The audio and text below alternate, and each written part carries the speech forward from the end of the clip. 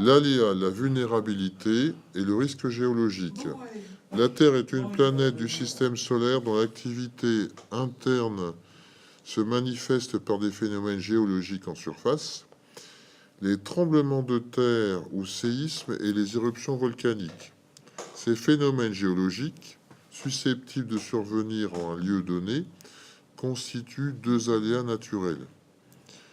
Lorsque ces aléas sismiques ou volcaniques mettent en danger une population, des habitats, des voies de circulation, des installations industrielles ou encore des espaces naturels protégés qui représentent des enjeux humains, économiques ou environnementaux, il y a un risque sismique ou volcanique.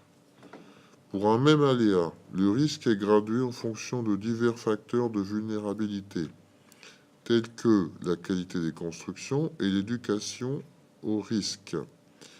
S'il n'y a aucun enjeu sur le territoire qui sera affecté par un aléa, alors le risque est nul. L'action des êtres humains face au risque. Face au risque volcanique ou sismique, deux types d'actions peuvent être développées: la prévision de l'aléa et la prévention du risque géologique. La prévision de l'aléa consiste à estimer la probabilité qu'un phénomène géologique survienne en un lieu et à un moment donné avec une puissance donnée. Elle est aujourd'hui possible par une éruption volcanique, mais elle est pratiquement impossible pour les séismes. La prévention du risque géologique vise à éviter les effets négatifs des aléas.